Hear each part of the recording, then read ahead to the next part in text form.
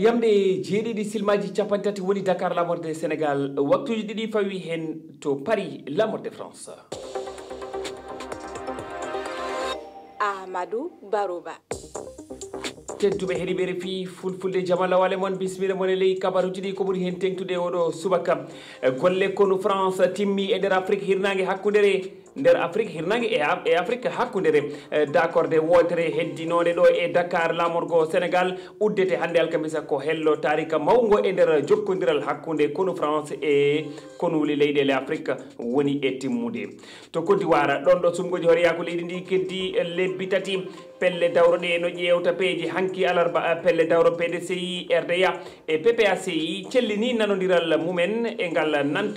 nanodiral mumen ngal ɓe nantino e lewru faltindu dental cap CI tumodiri e fedde lamine ɗe hono RHDP fadare ɗe ko wotere heɓugol sembe ɗe wote aroɗe to Guinée port mo Kamsar e nder diwal Bokke fodde temedde 3 kilométre hakkude muɗum e Conakry lamode leydi ndi wonti nokkure ɗo ɗannotoɓe ko alda e sari en ndewata joni fewde Europe e nder lebbi tati laaɗe tati iwi e nde nokkure fewde Île Canaries nangule waɗi ma en gartu hen tedduɓe bisimilla moon on calminama on juurama jettama bisimilla moon hande ko alkamisa sappo e jeeɗiɗi e lewru jeeɗaɗi ɓuuri hitande ujunaji ɗiɗi e nogas e joyyi gonal konu koɓe France e nder Afrique hirnangue e Afrique hakkudere timmi France ala hande kadi hay d'accorde wotere e nder ɗe diwe ɗiɗi Afrique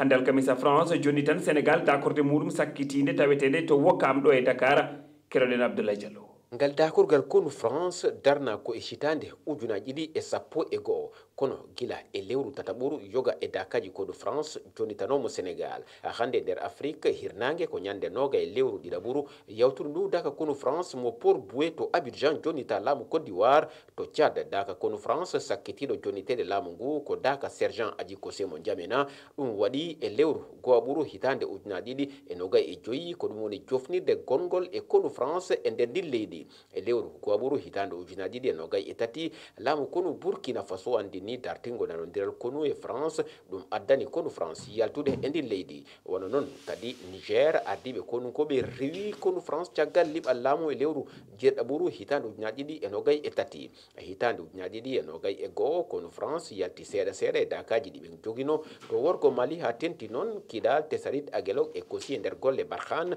puɗɗiɗe e hitande ujunaji ɗiɗi e sappo e nayyi yaltugol timmugol konu France e nder gawo waɗi ko e lewru jeetataɓuru hitande ujunaji ɗiɗi e nogay e ɗiɗi kono France na anniyi noon waylude darde mum e wattude kuule kese ko fati e jokkodire konu e leyɗe gollidiɓe maɓɓe ɗe Afrique